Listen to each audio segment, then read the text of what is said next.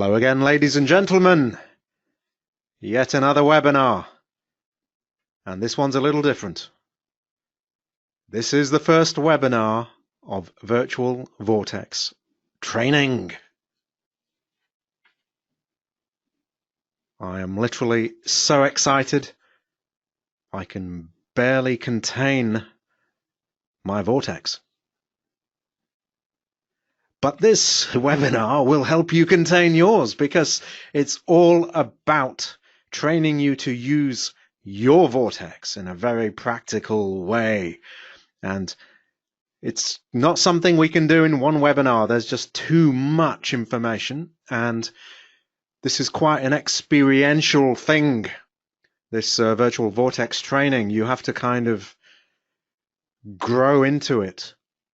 So we cannot do it in one webinar, and that's why we've got at least 4. I think I can pull this off in 4 webinars, but we shall have more if required. This stuff that I'm going to show you over these next few webinars is big. It is mind-bogglingly big. It is so big that really it's the first day of the rest of your life. That's how big this stuff is. Let me tell you what you're going to get from this. First of all, from Virtual Vortex training, you're going to get real manifesting power at your fingertips. The real stuff, not the hyped up stuff, not the stuff you little hacks here and there. You're going to get the real deal. This is stuff that is incredibly powerful if you apply it in the right way.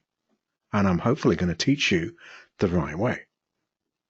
You are also going to experience some of the most incredible positive emotional states that it is possible for a human being to experience. And not only that, you're going to be able to do it again and again. No jokes here. I'm not exaggerating. You are going to get to this level. I'm going to make sure you do. And if you don't, I'm going to come and hit you because it's straightforward and it's simple if you just follow the steps. I've been teaching this stuff long enough now to enough people that I think I can make everybody get it. You will also experience, as we go on, not in this first webinar, but as we go on, this thing that I've come to call the vibrational shield effect. And I don't really like that term shield because it implies something defensive. Probably vibrational filter would be more accurate. But as you become more dominant in your alignments with those emotional states, literally stuff that would cause you to be knocked out of alignment just can't make it into your reality. Your dominant alignment is so strong. So you're going to experience this as well. Probably by webinar 4, because that's where we really get into that stuff. You will also get from this training a life partner. Don't tell your spouse, but you're going to get a life partner and a supporter that will always be there for you. One that grows and changes as you do. I kind of think of it like having a silent business partner.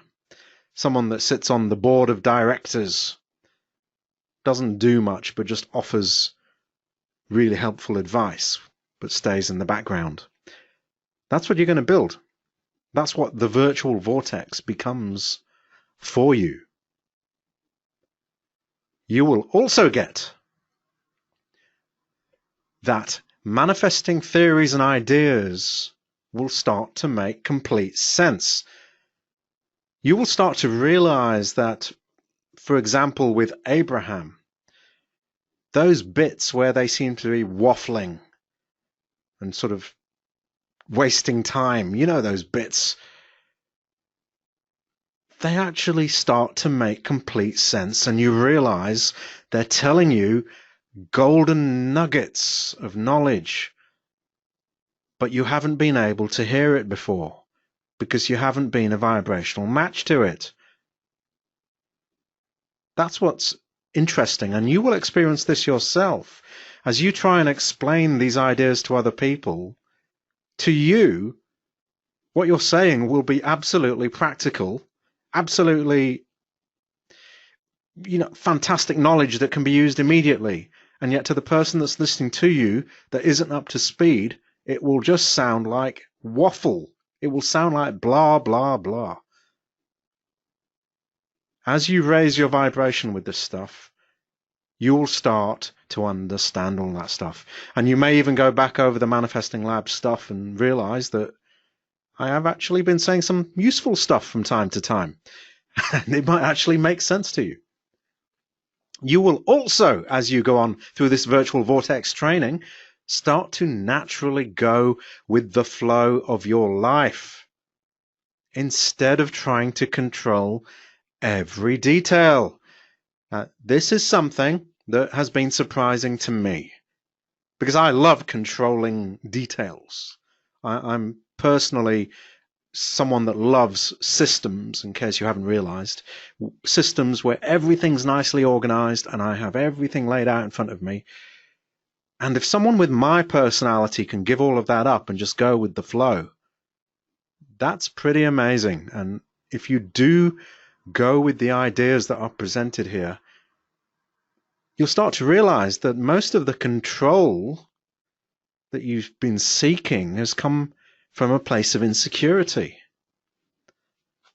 Because if you can't fail, then why would you try and control your life?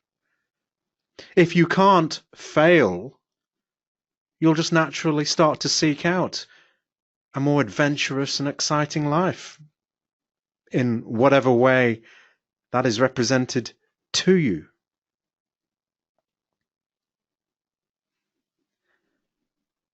And what the Virtual Vortex will do, this silent partner, is make you realize you can't fail,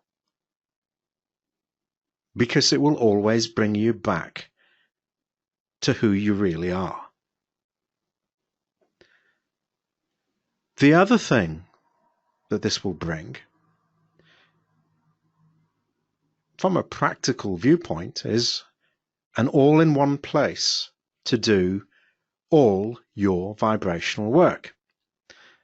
At the moment, you may have little bits here and there that are quite scattered, and you're just wondering if you can bring everything together in one nicely packaged place where you can go and kind of play around with this vibrational stuff. And that's what this will bring you as well. But most of all, what the Virtual Vortex training will do for you is give you the ultimate manifesting system. Now, I know it's really trendy these days to claim things are ultimate, and, well, maybe not ultimate, things are quantum and things are supercharged and things are this and that. This is not one of those claims. This is a fact. This is a simple fact. It is the ultimate manifesting system. It doesn't matter what you learn in future from whoever. Nothing's going to get more ultimate than this, because it goes right to the core of everything that we are. It's not just some new manifesting hack that somebody has published a book about. It's not some new course that's come up with some newfangled method whereby you can write out 100 affirmations and get what you want in 3 days. Not anything like that. This goes right to the core of your life. This stuff is the ultimate stuff. When you understand the principles that go into the virtual vortex, you don't need to use software. I do. But if every piece of software in the world got wiped out, you would still know what to do. This ultimate manifesting system, in a nutshell, it can make miracles happen. To you, they're not going to seem like miracles, because in order to pull these things off, those things that seem like miracles to others have to seem like the next logical step to you. But to others, you are some kind of miracle worker. But to you, it's just obvious, it's systematic, it's repeatable. That's what the virtual vortex is going to do for you. I hope you're getting excited about this. Well, I hope you are, because I am. I've been at this stuff for a very long time now, and I'm still excited about it. So I'm happy to share it with you. But before we launch into this, there are a few things I need to tell you, because having explained these ideas to people over the last couple of years, certainly with the brain in the last couple of years, I've noticed there are some pretty reliable ways to mess all this stuff up. So if you do want to mess it up, these are the best ways to do it. So first of all, if you want to mess all these fantastic ideas up, give up putting feeling good first. That will mess it up pretty well. The truth is that I cannot give this stuff to everybody. I've thought many times I might as well just put it out into the world and let everyone handle it. And again, it comes down to this. There's almost a first step that people need to get through in order to appreciate the ideas that are coming. And this first step is the step of learning to put feeling good first, no matter what. And the first step of the first step is you must learn to meditate. You really must learn to slow down your thoughts. That's what it comes down to. Doesn't mean you have to be a meditation master. It just means if you can sit for 15 minutes and count 1, 2, 3, 4 in your head, and then 4, 3, 2, 1 as you breathe out. 1, 2, 3, 4 as you breathe in. 1, 2, 3, 4 as you breathe out. Basically, if you can do that, you can move on. You've mastered meditation to the level you need to master it. It's just about getting some control of those thoughts, slowing them down, because you can't access this virtual vortex unless you have some ability to control your thoughts a little bit. Now, another great way to mess this idea up is not giving up your need to be right, or justifying why you are where you are in life. If it's more important for you to be right, then you're not putting feeling good first. There will be times as you start to use these ideas and amazing things happen in your life. There will be times when you'll be tempted not to put feeling good first. But you must. No matter what happens, you must. If you don't, you start on this slippery slope to messing everything up. Another great way to mess it all up? Well, you can treat these ideas in a logical, practical way. That will do it pretty well. That will mess it up pretty well. In fact, it will mess it up so well that it will seem to you that all these ideas that I'm teaching you are simply about cataloging your life. And that's how it will appear to other people. You'll just be some weird person that's cataloging in a weird way everything that happens to them. Almost like keeping a diary, but not even in a written form, in this weird web-like format.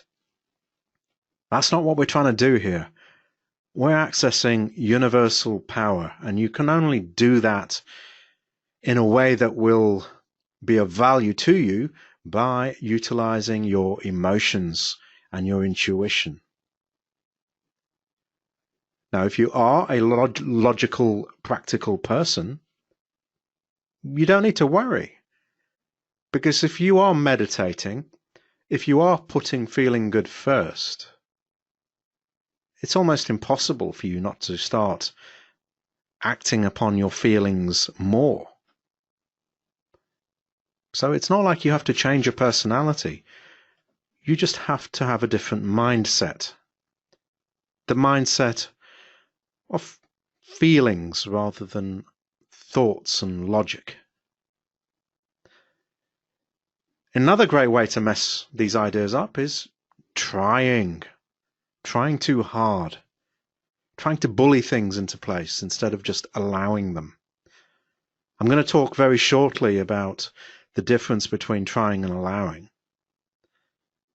But if you are somebody that's very practical and somebody that thinks that things come to you because of your effort, you may need to rethink some of those ideas, because some of the things that are going to happen to you as you apply these ideas are going to be so obviously not because of your effort that you may have to rethink that belief system. Another excellent way of messing all this stuff up is thinking that you can fake it.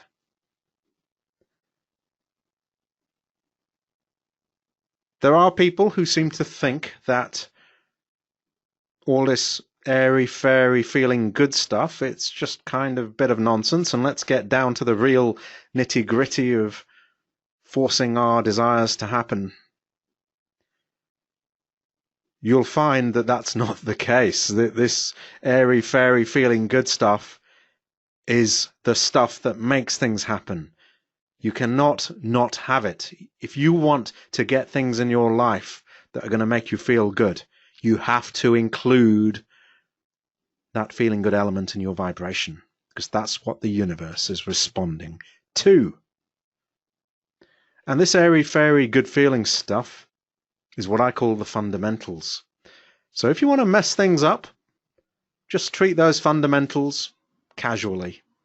Just ignore them and just wait for the webinar 3 where we get really specific about desires, and just ignore webinar 1 and 2, and that will mess things up really well for you. Yeah, go ahead and do that. These fundamentals are so incredibly important. That is the reason why we have the first 2 webinars split up. Because I used to teach what you're going to receive in the first 2 webinars as one webinar. But it didn't work well enough because people didn't get the importance of the fundamentals. So you'll find that the reason that there is a gap of a week between webinar 1 and 2, and there is a gap of nearly a month between webinar 2 and 3, is to make sure you can't escape from treating the fundamentals seriously. It's for your own good. And trust me, you will thank me later. Now, the final way that I could think of to really mess things up is not to speak up if you don't understand something. I'm sure you must have experienced the situation where you know something pretty well and you're trying to explain it to someone who doesn't know it too well. It's really easy to get carried away. And for something like this that has almost taken me 20 years to figure out, I can get carried away pretty quickly. So If something does not make sense to you, just ask a question. Just type a question into that question box at any time. I've got it prominently displayed in front of me, so I will notice it and I will address that issue. Better to get these things out into the open so everyone's clear. And I won't embarrass you by saying your name, that you asked this really basic question. But any of you who have been coached by me, you will know I have a fundamental philosophy, and that is there are no dumb questions. It's better that you ask a question that seems so obviously basic that no one else would possibly ask it. Far better that you do that than not to ask it. And the chances are, if you do ask it, it's probably because other people were thinking about it as well. So hopefully I won't go too crazy too fast on this first webinar. I've deliberately made it so that it's a nice, gentle introduction. But certainly by the time we get to webinar 3, which deals with desires, you can expect to have a bit of an information dump on you. You're going to have things thrown at you that if you did not master the stuff in webinars 1 and 2, you're going to be struggling. Now, hopefully you won't struggle too much, because a lot of what is in webinar 3 you've already been exposed to because of the ultimate manifesting framework, but you still have not seen it in the context of the brain. So you must speak up. I'm talking not just about this webinar, but about all the coming webinars. You must speak up if you don't understand. So those are some excellent ways to mess all of this stuff up if you don't want to get what you want in life and you just want to waste your time. Go ahead and do those. On the other hand, if you want to enhance these teachings even more, then do the thing I just said. First of all, ask questions if something isn't clear. The next thing, participate. Probably in this webinar later on, I'm going to ask you to come out with some experiences of your own. Don't hold back. Because if you do hold back and you just sit there in front of your computer, whatever you're doing in front of your computer, then you might as well be watching a video, because it will just be me yapping on for an hour and a half or 2 hours, and then you'll wonder why you bothered being here. So participate, whether that's through asking questions or whether it's through even offering your own ideas in response to something I'm saying. So sharing ideas and thoughts, very welcome over these coming webinars. Everything I'm telling you is for the coming webinars, not just for this one. So this viewpoint on the Virtual Vortex is my own personal viewpoint that's taken me a couple of decades to figure out. Doesn't mean that I don't welcome other ideas. I'm always looking for the next improvement. So if you have ideas and thoughts, share them in the webinars or share them in the forum. The power of a group mind that is purely focused wipes the floor with one person's mind.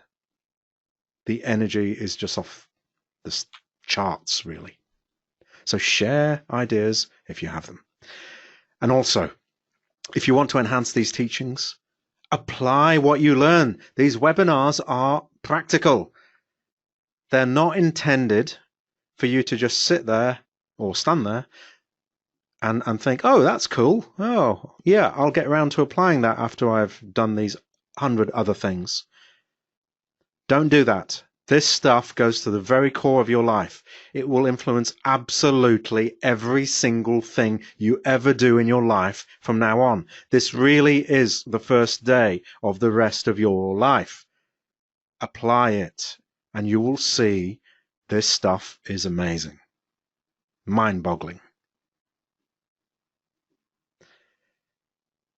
And there is a final way to enhance these teachings.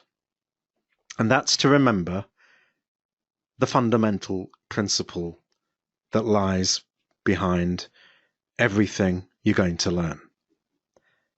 There is one principle. If you can remember this, you won't get too far off track. If you forget this, you're wasting your time. Here's the principle.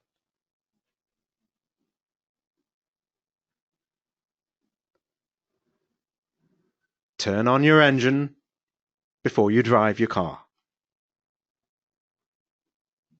Yes, thank you, thank you. Yes, keep throwing these bouquets of flowers. Yes, I know, it's fantastic. So deep and meaningful. Yes, the heights of metaphysics are presented to you here. Turn on your engine before you drive your car. It's such a simple idea. If you apply this simple idea to manifesting, amazing stuff happens. Truly amazing stuff happens. Ignore this idea, and then all you're going to be doing for the next few webinars is moving stuff around on a computer screen. You're going to be cataloging your life for no apparent reason. You've just created an electronic filing cabinet. But if you understand this idea, everything in your life will change for the better, if it isn't already the best it could be. You see, what people in physical reality do is they teach you to drive. They give you methods. They give you ideas. They give you techniques. They say take massive action. Oh, yeah, I love those people. I've got nothing against them. It works. You can go out, stand next to your car, take massive action and push it. Yeah, it'll get somewhere. And it will get somewhere very slowly. And it will be a lot of action, and you're going to feel the pain of pushing that car. Or you could do it the easy way. Turn on the engine, and then that car moves with almost no action whatsoever, apart from you pushing a few pedals on the floor and moving your hands on the steering wheel. I know which one I prefer. So, this fundamental principle, I'm going to keep reminding you of it over the next few webinars, because you probably will forget, because we get so addicted to driving that we forget we have to turn on the engine. So especially as we get into webinar 3 with the desires, it's so tempting to start thinking you're going to force every desire into place. But that's not the way this works. Turn the engine on first. And the funny thing is, if you turn the engine on first, you could almost think that the car could drive itself. And we are coming to the age of driverless cars. In fact, people are developing them. Well, we will eventually reach a place in physical reality where all you ever have to do in a car is turn the engine on, and the car takes care of everything else. But in our vibrational reality, it already works that way. The only reason you need to drive your car at all is because you enjoy driving. If you just turn the engine on, the universe's driverless car will take care of most of it. So, ladies and gentlemen, I hope I've got you a little bit interested in this stuff, because it really, really, really is exciting. And just before we launch into it, let me just tell you, let me give you some idea of how much has gone into this. Because this is not just another little method that has come out of some vague idea that somebody had, or some, as I said earlier, some manifesting hack. This is something I literally have devoted my life to for, no exaggeration to say 20 years. More like 30, but I will say 20 to not exaggerate. This stuff, these ideas, the that they came to me in the mid to late 90s. I was convinced that you could mold physical reality using computers. Because to me, the two came hand in hand. The idea of a computer is really interesting because what does a computer do? It messes about with stuff we can't see, data, and then does stuff on screens. It manifests the data onto a computer screen which we can observe. And that always seemed to me to be a very close idea to the idea of messing about with thoughts that you can't see. And then eventually they're projected into physical reality, which is like a computer screen. And then they seem to tie together. And so this name, Virtual Vortex, kind of hints at that. Because what it's really saying, what it's really implying is virtual reality vortex. The idea of virtual reality is that you create a computer program that displays graphics to you, pictures, and they feel so real that you feel you're in a different world, a virtual reality. Well, this is exactly the same idea, but applied to reality creation and this idea of the vortex that Abraham have spoken about for years and years. So for me, these virtual vortex ideas came very much with my understanding of Abraham, starting in the mid-ish 90s. And I started to realize that the ideas I'd had before that tied in very well with what they were saying, because they are extremely practical in the stuff they teach.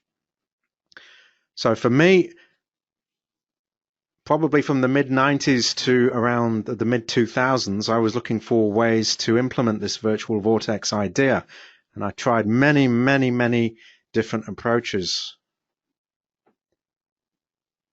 By the mid-2000s, I'd figured out that there really wasn't anything else out there. And in fact, I'd already looked at the brain. Back in the early 2000s, I think I looked at the brain, and it was not anything like as powerful as it is now, which is why we're using it now. Then it was not good enough. So what I did was I started to create my own virtual vortex. I didn't call it a virtual vortex then because I hadn't thought of that term. I didn't really understand what I was doing. I just knew there was something important here. And so what was created in the mid-2000s was a spreadsheet. I remember very clearly the day I started it. That's how much impact it's had on my life. I can remember the day I pressed File, New on Microsoft Excel, and a new spreadsheet started up, and I started entering some stuff into it. And I thought, this is interesting. I'm starting to feel quite good from doing this. And then over the next, I think at least 10 years of adding more and more stuff into that spreadsheet, it became a monster thing. And it's quite possible that some of you here today might actually know me because of that spreadsheet that I put on Inward Quest, or at least I started dragging people from Inward Quest to use it after I mentioned it once. So that was called the focus block spreadsheet, which was a bad name for it because that really wasn't where the focus should be, because focus blocks is a clearing method. But the idea of that spreadsheet was it was a good feeling place. So I think a lot of people misunderstood that spreadsheet was some kind of clearing thing, but it wasn't. It was a collection of good feeling stuff. Now we're going to talk about all of this in a few minutes, so it'll all become clear to you if you don't know what I'm talking about there. But one of the interesting things was, shortly after creating this spreadsheet, I did try and push these ideas at the Abraham group, the Abe forum, and they wouldn't let me. So these ideas, which are heavily based on Abraham, were not permitted to be mentioned on the Abe forum. which is why eventually when Inward Quest manifested, I thought, this is interesting. I can put these ideas up there. And so that's probably where many of you people first came across them. So having waffled a little bit about the history of this thing, and which is very boring, I know, I ought to tell you what this thing is, this virtual vortex. Now, I said it's based on Abraham stuff, and it is. Abraham have an idea, and I'm pretty sure you know about the idea of it because I've spoken about it quite a lot on the Manifesting Lab. It's the idea that there is a physical you, and then there is a non-physical you. And for purposes of me not being able to draw too well, I'll represent the non-physical you as a squiggle. So you can think of that as the big U, and you can think of this as the little u. But together, they make up one U.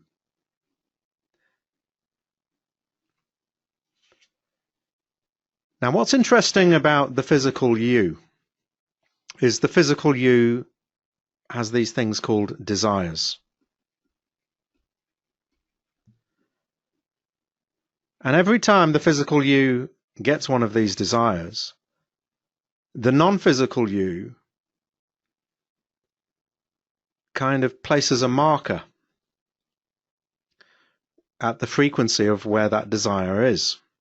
So in the moment of having that desire, the physical you has basically hit a frequency represented by this square here. But because the physical you has habits of thought that are not in alignment with that desire, the physical you hits that frequency and then immediately goes back to being the physical you again.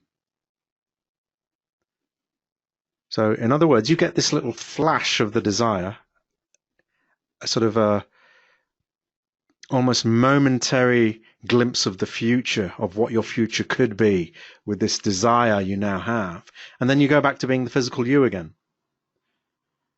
But the non-physical you very kindly keeps a note of that frequency.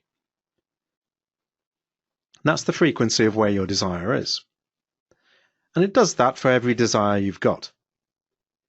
Very nice of it to do that. And so this is what we call the vortex. It's the collection of frequencies which, if you attain them, you will get the stuff you want. Now, what's even more interesting is that all these frequencies are linked.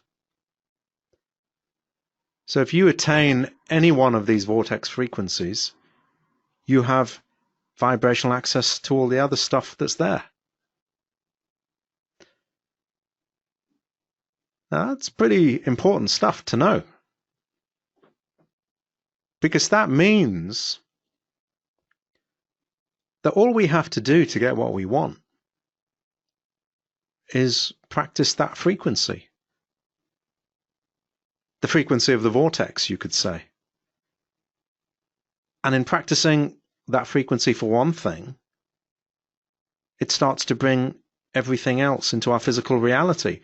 In other words, our physical you starts to more and more attain the frequency of that desire we had a flash of.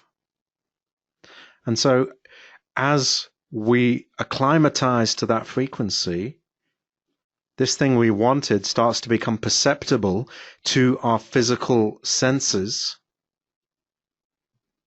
And in doing so, we call it a manifestation. A manifestation is just the perception of a frequency through our physical senses. So these ideas that you've picked up where you have to work hard and you have to do a lot of stuff, physical stuff, to get what you want, they're not accurate. The most efficient way to get what you want is to practice the frequency of it so it becomes perceptible to you. The universe takes care of any physical reality stuff that is required. All you have to do is be ready to perceive the thing. In other words, all you have to do is practice the frequency of your vortex. And if we come back to that fundamental principle I spoke about a little while ago, it means effectively turn on the engine. Because when you practice the frequency, you're turning on the engine of your car. And when you turn on the engine of your car, you don't have much to do apart from push a few pedals and turn the steering wheel. So if getting your stuff is simply about practicing a frequency, it then kind of makes sense that maybe we should focus all our physical attention on practicing frequencies rather than doing boring action stuff we don't want to do. And that's what the virtual vortex is. It's a way for you to practice the frequency of your vortex.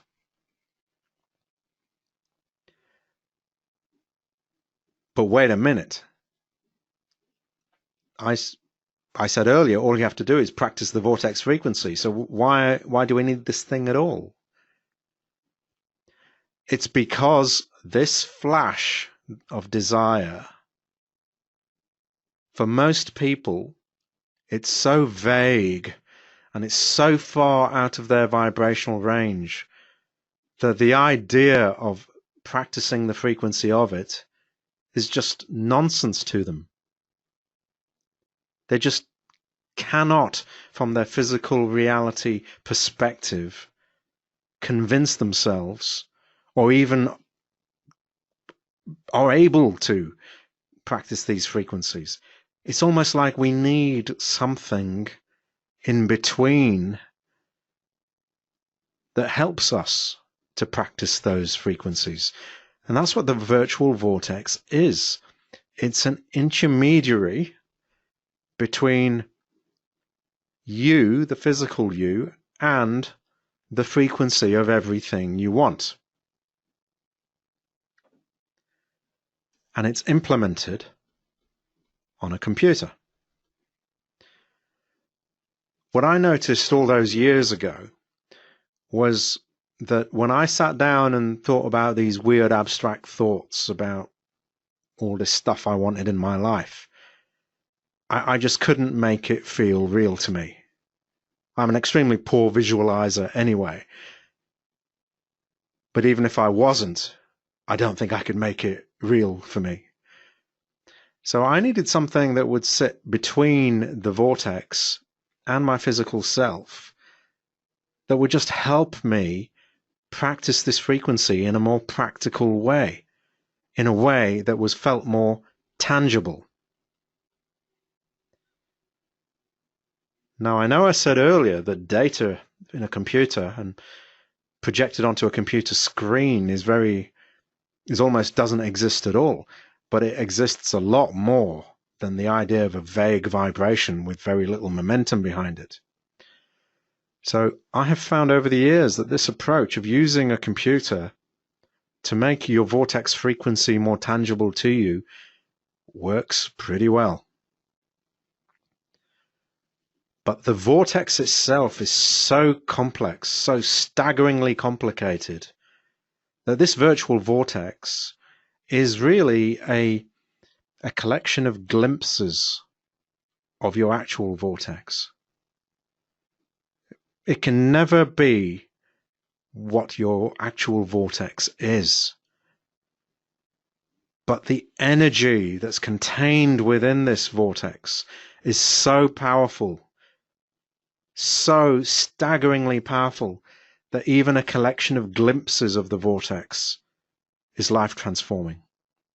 Even you practicing little snippets of what your real vortex is changes everything. That's how much energy is available to you when you turn the engine on before driving the car.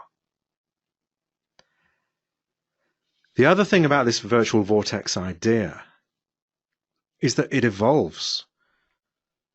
So this was something that I wasn't expecting in the early days, and I noticed it was very interesting that as my life evolved, this collection of glimpses of the vortex would evolve with it. Things that were interesting to me at one time, as my life evolved, those probably became of lesser interest in my vortex, and they became of lesser interest in the virtual vortex, which was the shadow, you could say, of the actual vortex.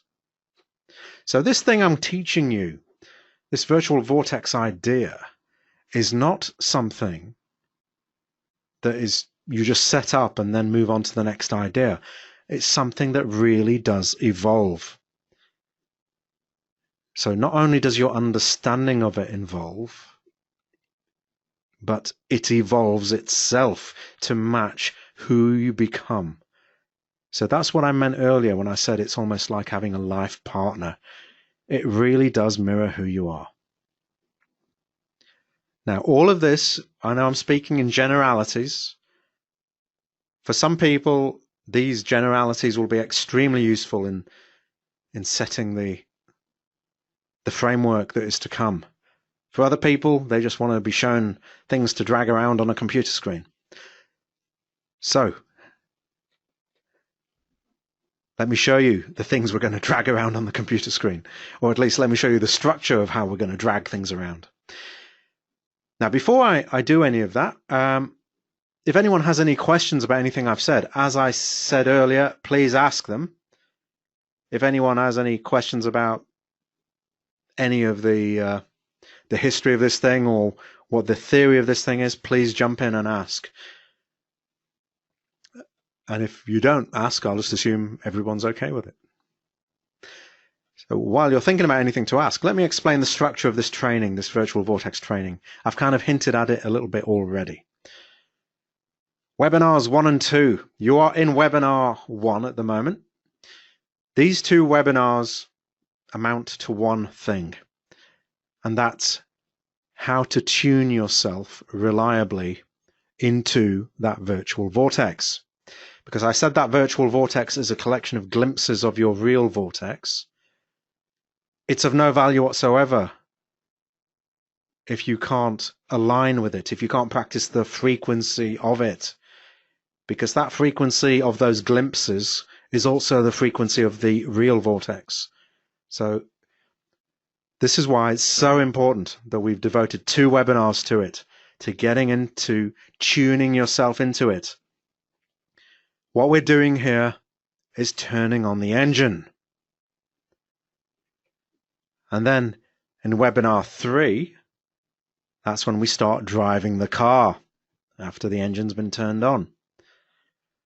This is where you can clarify and safely add momentum to your desires. And as I said earlier, the ultimate manifesting framework within the Manifesting Lab is heavily based on this. So if you haven't watched those videos, I would advise you to get familiar with them, because you're going to recognize a lot of the stuff in webinar 3. Now, just to be clear, I did not create the ultimate manifesting framework and then create the virtual vortex. The ultimate manifesting framework comes from the virtual vortex.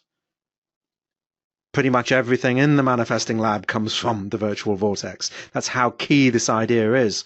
Pretty much the reason the Manifesting Lab exists is to get people towards this virtual vortex idea, because it is that powerful, that life transforming. So webinar 3 is where we start driving the car. But remember, we live in an age of driverless cars. So even webinars 1 and 2, even webinar 1 can be sufficient for you to start getting your stuff. Because when you turn the engine on, your car may well just drive itself. So that's why it's so important to get that engine turned on. And then webinar 4. This is where stuff gets absolutely mind-boggling. This is where you achieve those supercharged positive emotional alignments that have the side effect of attracting incredible physical manifestations. I'm not going to say too much about Webinar 4, mainly because by the time you get there, I want you to already know what I'm talking about during the webinar.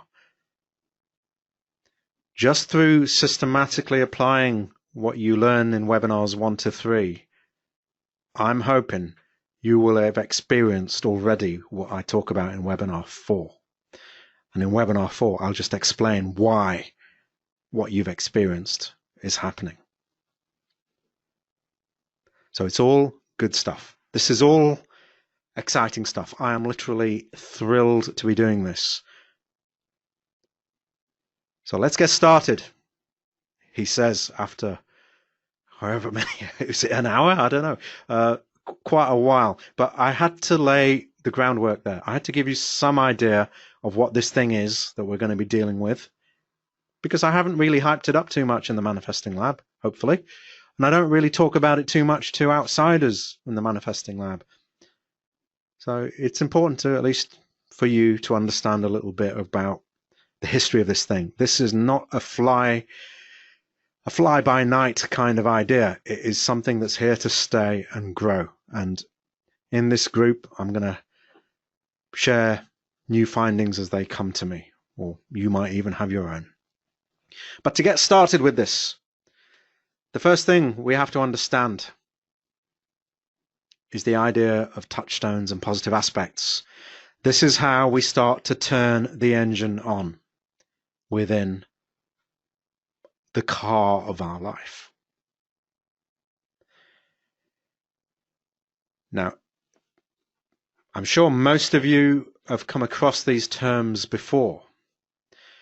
Positive aspects is a term from Abraham, and it just basically means that there is this thing in your life, some subject that you're looking at, and you're just finding ways to see the positive side of things regarding that thing. So this thing may have a positive side, and it may have a negative side. Now you have the choice of looking at the positive side or the negative side. And for the purposes of the idea of positive aspects, we look at the positive side. You can just as much practice negative aspects and look at the negative side. But what happens there is, as you look at the negative aspects, you get more negative aspects. So that kind of implies, as you look at the positive aspects, you get more positive aspects. And that's actually a pretty useful idea, because the more positive aspects you get, the more you tune in to that vortex frequency. So you could say this is an idea that helps you tune in. Now, to give you an example, let's say I'm trying to think of something I've bought recently. I bought a chair. Okay, I bought a chair just recently, and I really like it. It's really comfortable. So it's comfortable. It's spacious. Got a nice back to it. It's got a nice feel on the material. It's just what I wanted. So I'm listing their positive aspects. But I could look at it and also find things wrong with it. I could say maybe it should be a bit cheaper. Yeah, maybe. Maybe it should have been delivered to my house. Maybe I'm trying to think of bad things about this chair, and I'm really struggling actually because I like it that much. You see, I'm struggling because I've got so many positive aspects about this thing. It just tunes me in as soon as I think about this chair. That's how sad my life has become. A chair really excites me.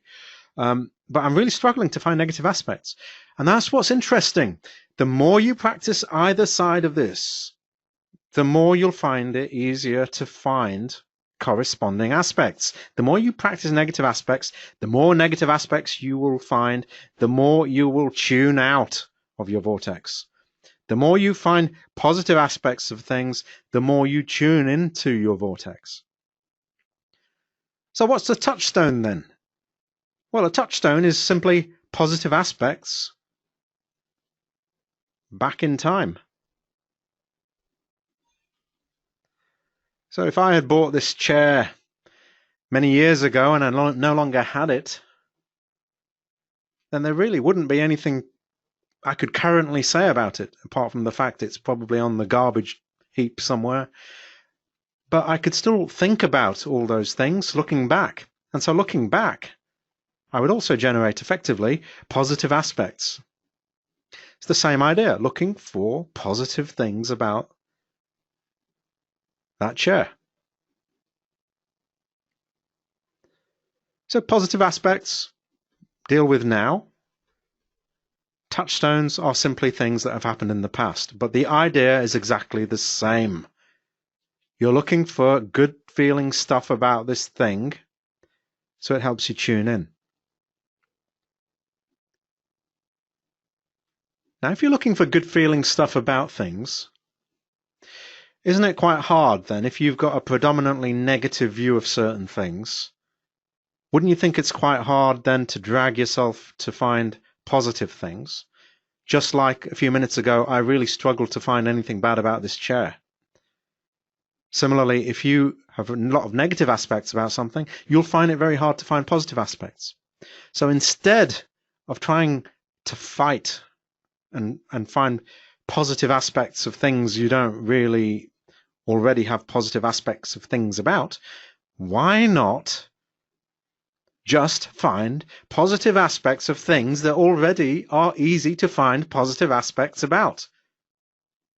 What a great idea that is.